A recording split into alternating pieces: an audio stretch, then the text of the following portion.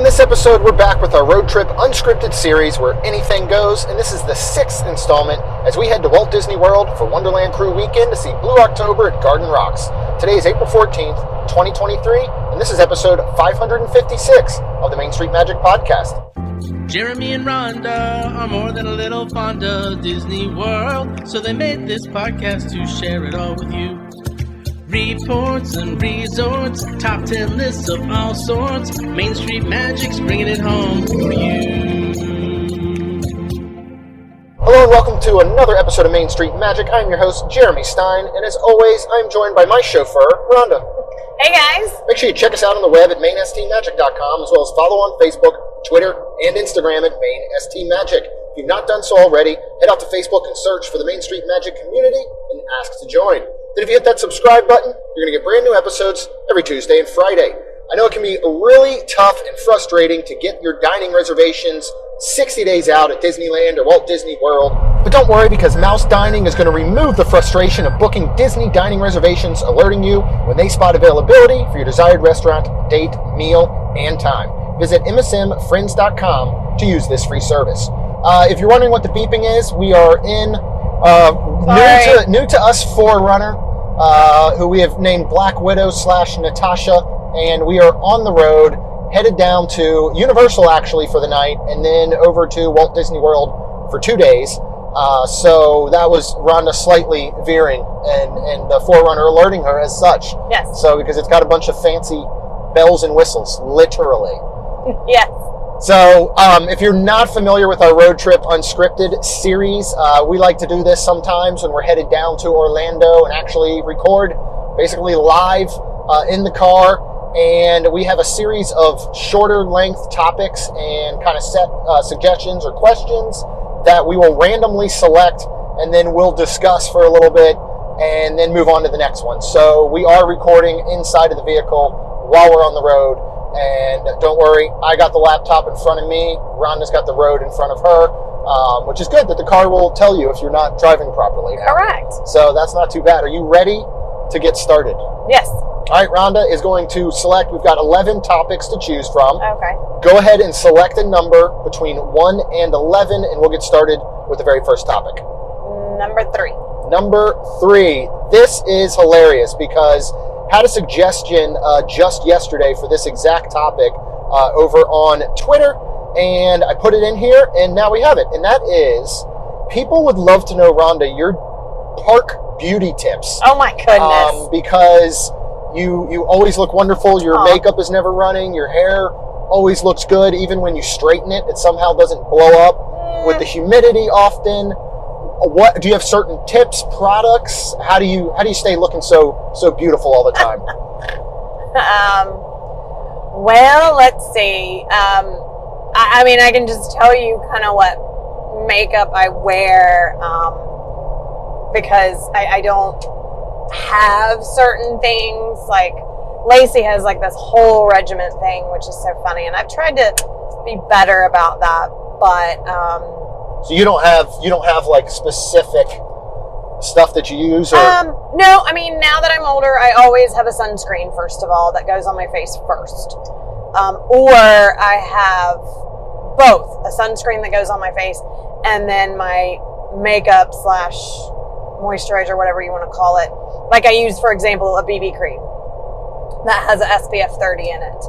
And I put sunscreen on my face from the e.l.f., which is like some glow thing that Lacey gave me first, and then my BB cream, and then I use Thrive products for my eyeshadow and my eyelashes, which is really good.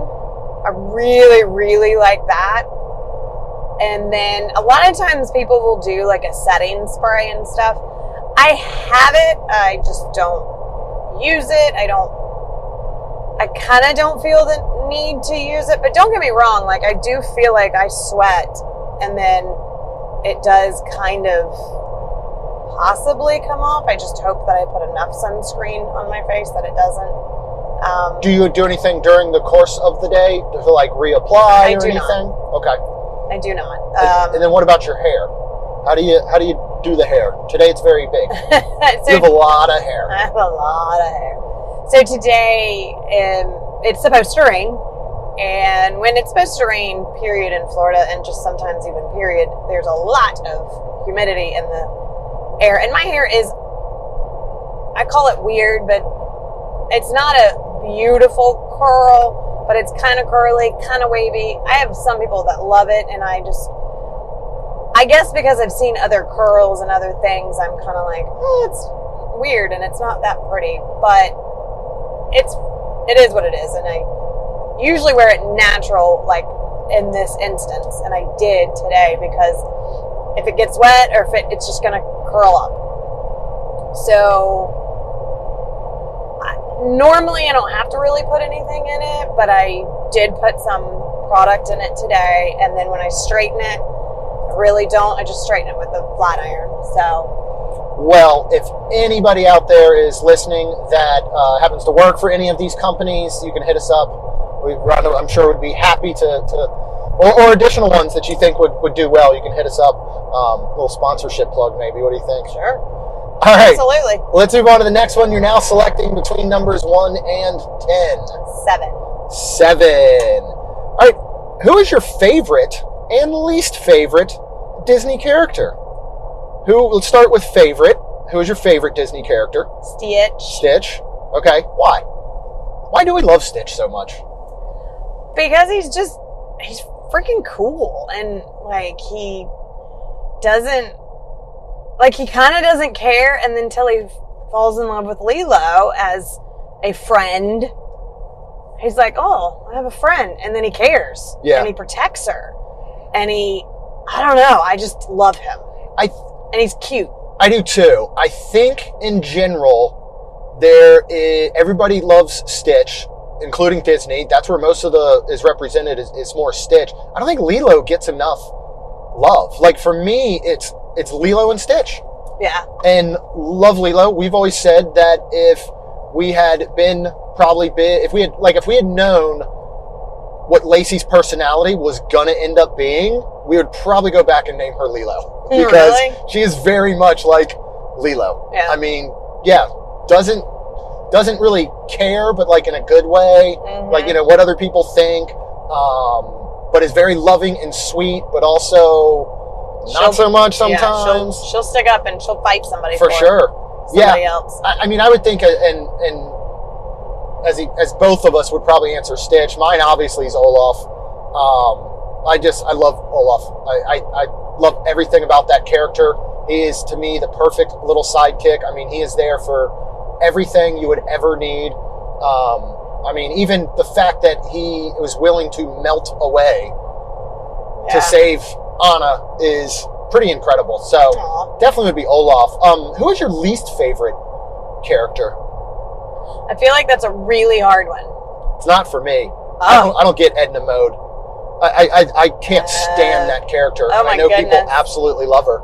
In general, I'm not really an Incredibles fan. Yeah. I enjoyed the first movie. I really did not care for the second one at all, but I think Edna mode in general, and you can send your hate mail directly to Rhonda. But who would be yours? You don't have to feel bad saying one.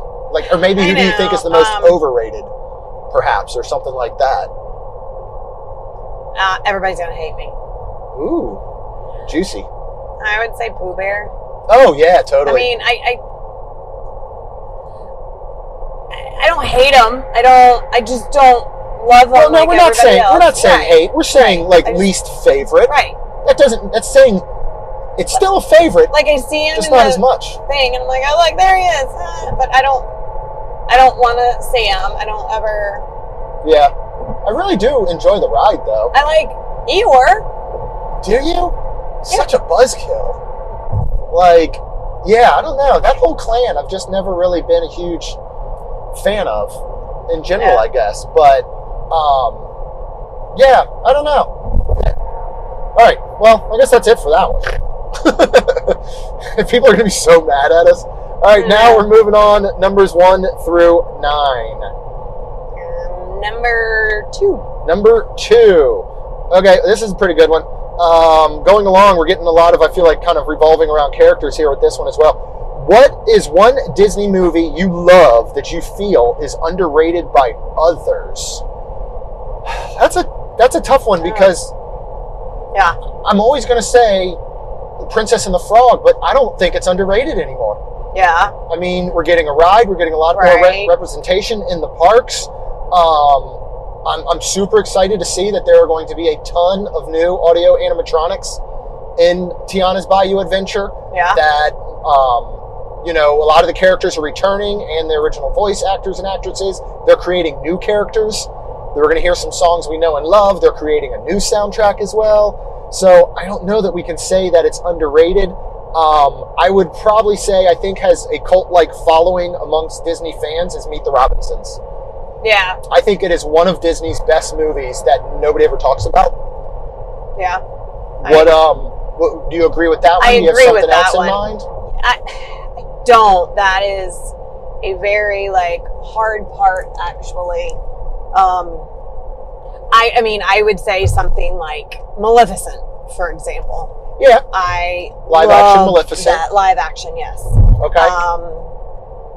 But yeah, it doesn't get a lot of love, I feel like.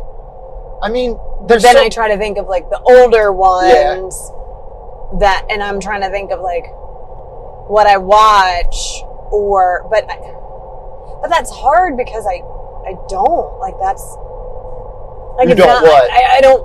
It's not one I watch over and over and it's underrated. Frozen, for example, that can always be on, or I can put it on, but that's not underrated. Right. Beauty and the Beast live action, or not live action. Excuse me. No, those are not underrated. No, right. And those are ones that could be on, and those. So anytime a question's like this, I always try to think of what do something I put you love on? to watch. Right. Yeah. I mean, for us, a lot of the go-tos, if we just need a Disney movie on, it's going to be Frozen 1 or 2. It's going to be any of the live action with Beauty and the Beast, Aladdin, Cinderella. Yes. It's going to be Moana. It's going to be Tangled, Princess and the Frog. And I don't think any of those are underrated. I got one for you straight from Disney Channel. High School Musical gets so much love. Yeah. I get it. The Camp Rock series is severely underrated. I will say that. Yeah. Those movies are outstanding. Yep, I think they're just as good, if not better, than High School Musical series. But again, nobody really talks about them. But Meet the if they could remake, I would love to see a live action remake of Meet the Robinsons. Yeah, I think that's one that nobody would be allowed to complain about. That'd be hard. That'd be very hard. But incredible. And I don't feel like anyone could complain about that because nobody watches the original one. Or remake it with the new animation that they have because the animation isn't great. Right. I don't think Disney threw a lot of money at this one in both production and marketing. So I would just love to see that movie brought to life. I would love to see it in the parks in Tomorrowland. I think you could do so much. We did a theme park shuffle episode and I had to redo Space Mountain and I used Meet the Robinsons as my IP. That's awesome. As basically a virtual roller coaster. And David and Logan had no idea what I was talking about because neither of them had seen the movie. Oh my goodness. Which goes to show how underrated it truly is. Right. How about Planes? Has anybody ever actually seen the movie Planes? Didn't Dane Cook voice the lead character? Like the Disney one? Because they had cars? Right. And then they made a movie Planes where it was all living, talking planes. And I'm pretty sure Dane Cook was the lead voice. But I have definitely not seen that one. All right, let's move on to another topic. And you are now selecting between number 1 and number 8. Number 5. Number 5. Oh, well, this is fun. And this was actually a recommendation that came from Rachel. I don't know for anybody that's maybe a little bit newer to the show. I don't feel that I have brought it up most recently of my insane fear over what I call danger noodles because I don't like to say the real live name. And Rachel actually says, where does Jeremy's fear of danger noodles come from? So let me paint you a picture. It is Myrtle Beach, 1984. And we used to, the day after we got out of school every single year, my mom would drive my brother and I down to Myrtle Beach to meet up with her side of the family, which would be my aunt, other uncle and aunt, cousin, and we'd all stay at Myrtle Beach for a week. Usually my dad would join us on the end of the trip. He was a principal, so it's not like he got summers off, so he would usually stick around for the first few days after school, and then he'd come down and meet us. Turned into where we'd end up renting houses and stuff. So then we were staying at a hotel, and we're out at the pool. I'm enjoying swimming as a young 5-year-old lad with my mom and my grandma and my aunt sitting poolside. And there are two, I will just call them rednecks. Like, if you think of kind of the word redneck, that's what these guys were, sitting by the pool drinking Budweiser. And they thought it would be hilarious to throw a rubber snake in the pool underneath me. I, as a 5-year-old minding his own business, completely unaware that this thing is fake, look down and see it and freak the you-know-what out. Now, my mom doesn't swim. My aunt and my grandmother do not swim. So I'm on my own as far as surviving and getting out from this, what I think is now snake-infested waters. And almost about drowned trying to get to the side of the pool, and they pull me out. The guys are over there laughing their heads off until they realize that we just traumatized a poor kid, and they came over and apologized and everything. But ever since then, I have been deathly afraid of them. Where, to the point, he is literally punched, praise God, not me, but I will jerk in my sleep if I have... in the face. Yeah, I swing arms when I have a nightmare about them. And if I see one at any point during a day, I'm going to have a nightmare about it that night. Just the other day, best friend Rob, you would not think he's my best friend by the things that he sometimes does. We pull up, and he's standing in his front yard holding one wrapped all around his arm and starts walking up to my window. I promptly lock the doors because I know he's the type that would open it. And that night I had a nightmare about them. I mean, there's been points where I've literally leaped out of bed and ended up on the floor. Yes, you have. Another time that just added to my fear, I was riding my bike, again, minding my own business. I was probably 11 or 12 with my friend Scott on a bike path that went behind our house. And we stopped, and I set my foot down, and he looked down and said, "You're standing on Danger Noodle." And it was a copperhead, which luckily I was standing on the front end and it did not bite me. Another time was camping, stepped on one. It did bite me. Luckily it was just in my shoe, gosh. But literally, I don't know what kind it was, but literally left marks in the sole of my shoe. Also, I don't think anything that doesn't have legs should be allowed to move so swiftly. And they're always a surprise. Yeah. Like, my brother hated growing up because I was old enough to be able to mow the lawn. And we had woods behind our house, and I had to mow on the other side of the fence, which was pretty much infested. After like 1 or 2 times trying to mow and running into one every time, I was like, I'm out. I'm done. So I started mowing the lawn very poorly. Like, my dad liked it a certain way. So I started like swerving and missing spots. And instead of just saying, I don't want to mow the lawn or I'm not going to do it, my dad basically was like, Alan, you got to go back to mowing the lawn because Jeremy's doing a terrible job. So that's just funny. little trick of the trade there. But I'm hoping this conversation doesn't lead to any sort of nightmares tonight. If we ride, like when we ride Gringotts, if we ride it today, I close my eyes during that part. I can't do it. And again, I can only assume, I'm sure any psychologist would say, yes, that moment when you were 5 years old in the pool is what has embedded this lifelong fear of nope ropes. So there's that one. All right, let's get another one. We got about 20 minutes left to go, so we might be able to tackle another one or two. Numbers 1 through 7, Rhonda. Number 3. Number 3. All right.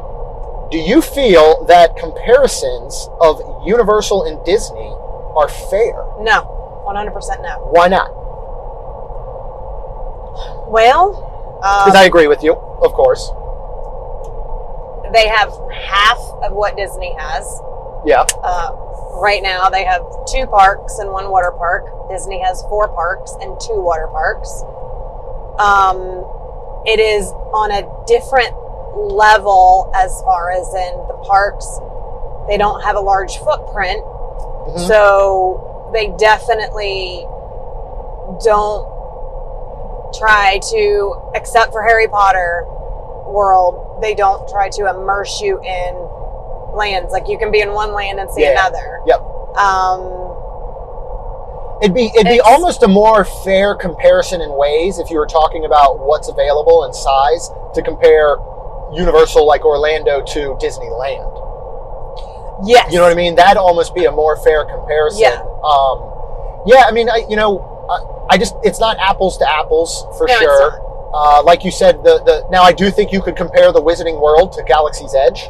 Yes. I think you could make comparisons there, but in general, I don't know that you can do the rest. Even the resorts. I mean, I think Universal's resorts are amazing. I will say I love about Universal Resorts that they have garages where you can usually park your car in there, which I absolutely love. Yeah, but do you want to be staying, just say, in Grand Destino Tower and look out and see a 6-story parking garage? Sure. I don't. And that's what I love. I mean, not that it's that different looking at a parking lot, but it is. And again, I love Universal's resorts, but they're on a completely different level in both good and bad ways to Disney World resorts.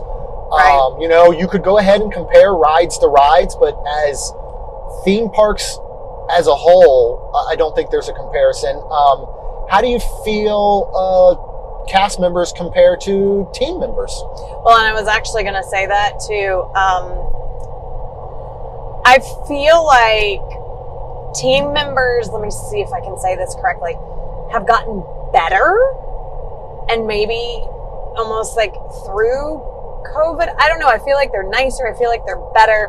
Whereas prior, I was just like, oh. And really? I did. I was super impressed from the beginning when we became Universal Pass holders, because I was expecting just standard kind of service from team members. Remember, I mean, we hit it off immediately with a bunch. Like, you know? I agree, but it is still different with cast members. Like, yes, no, I do agree. Like, I do. Ooh, that guy got over an easy pass quick, didn't he? I was like, holy crap. The joys of live recording on the road. Yeah. Watching people almost get in accidents. Yeah, that was intense. Okay. Where was I?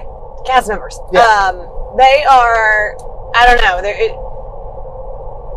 I hate to hear, going a little bit on a tangent, because somebody just asked again the other day on Twitter, they were like, we're seeing a decline in the service from cast members. Have you experienced it? And I'm like, not once, but we're hearing it from several people. Well, that is why we have our Be Nice to Cast Members shirts that you can get at mainstreetshirts.com. Yes, you can. Nice plug. But I understand, I feel like the reason, because again, this is where I'm just going to say, like, sound like a broken record.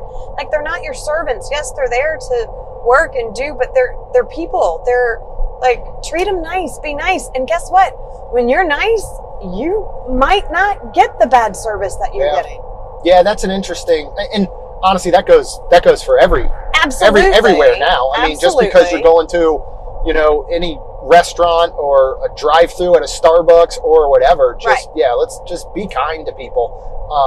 Everybody's been through a bunch of crap the past 3.5 years, and people are still coming out of it, still very affected by it. But I understand why people want to compare. And I've said this before, everybody, what is Disney's response to Epic Universe? I think they just keep doing what they're doing. Oh, yeah. They're going to keep doing what they've planned. Yeah. I don't think they've ever. I don't think Disney is scared of Universal the way that I feel like Universal might be a little bit scared and has to respond to things that Disney does. Correct. Love both places. I've said this before too, and if I'm trying to compare them, when I'm not at Disney, I miss Disney. Mm-hmm. When we're not at Universal, I don't miss it. Right. I enjoy being there. I'm so excited we're going to be there today. But it's a whole different level of excitement compared to what I feel about being at Disney tomorrow. I think I actually enjoy now being at, and maybe it's because of what we've been doing, but I feel like I enjoy being at Universal with the kids. So the fact that they're not here, I'm like, You're stuck with me. No, I don't even care to be here. Like, I'd rather go to Disney. Yeah, no, I agree with you there. Yeah. So we got to go to Universal. I know, and it's going to be fun. We're going to have a good time. It will. But I'm just saying that, like you, I like and miss Disney more. Yeah. and Universal. Totally. All right, let's fire off one more. Okay. Number 1 through 6. Number 6. All right. Who do you think is the scariest Disney villain? And you're not allowed to say Bob Chapek. Mother Gothel. Agreed. So who I was going to say. I think she's the most ruthless, hateful, like, I feel like a lot of other villains. I'd love to know her backstory. I know. Besides, you kind of do. Yeah. I mean, not for nothing. You Yeah, really but, do. like, I mean, she literally uses a child for 16 years Yeah. just to keep herself young. It is all about her, and she will do Nothing anything. about- yep. It's not even like she has a kingdom, an evil kingdom she's trying to protect or build or whatever. It's just about her. Like, and some of the other ones, like when you get a Maleficent backstory, Yeah. That's, like, you're like, okay, I get it. Like, that's why she's evil. Yep. Scar. I mean, Scar is trying to build his own kingdom. He's trying to, basically say, like, you'll never go hungry again because I'm going to be a better king but by taking over. can't do that. Right. Like, but she is Circle of ruthless, life. man. Yeah. Oh my goodness. Yeah. Think about I still think a live action Tangled. No, it's not ready yet. I mean, I think a live action Moana is going to be cool, but it's too soon. I was shocked, to be honest. Like, I would much rather see a animated Moana 2 right now. Like, we love the live action remakes, but at least give them like 2 decades from the original. I mean, Moana came out in, I think, 2016. So by the time this movie comes out, it'll barely be a decade old, and they're redoing it as a live action. I just find that kind of interesting. But yeah, I'd love to see a live action Tangled. And yeah, Cher as Mother Gothel would be so good. Because she's looked the same for 40 years, I feel like. Yeah, that's true. I mean, so she'd be pretty good at that. That's funny. We both said the exact same one. Well, I think that's a good way to end this little podcast of ours episode today. Thank you so much for listening. If it's your first time listening, this is not the standard. Go back and listen to some other episodes. Listen to some coming up. These ones they're just fun, and we just enjoy chatting about Disney in the car. So might as well press record pretty much and cover some of these fun, shorter topics. So if you want to get these brand new episodes every Tuesday and Friday, go ahead and hit that subscribe button. We have a lot of cool stuff coming up. We return to Beer Garden with the dining package to see Blue October. We are staying at the Holiday Inn near the entry to Universal, which we will have a very fun throwback story to share with you about when Rhonda and I first really met and started falling. It's where we fell in love. At least you did with me, I know for sure. We are hopefully riding the Mardi Gras float tonight. We're staying at Saratoga Springs this weekend over at Disney. Next weekend, we're staying at the Delta, which is right at the entrance to Disney Springs. We'll be talking about that on an upcoming episode. We're trying to maybe secure a fireworks party. We're dining at Marcusi's, which is recently opened. We are doing Behind the Seeds tour next weekend, finally. So we'll tell you all about that. Again, hit that subscribe button. Get all this content coming up every Tuesday and Friday. We would also be so very super thankful if you could please leave us a rating and review. Because it helps our show grow. That's all we've got. We'll see you real soon. Jeremy and Rhonda are more than a little fond of Disney World, so they made this podcast to share it all with you. Reports and resorts, top 10 lists of all sorts, Main Street Magic's bringing it home for you.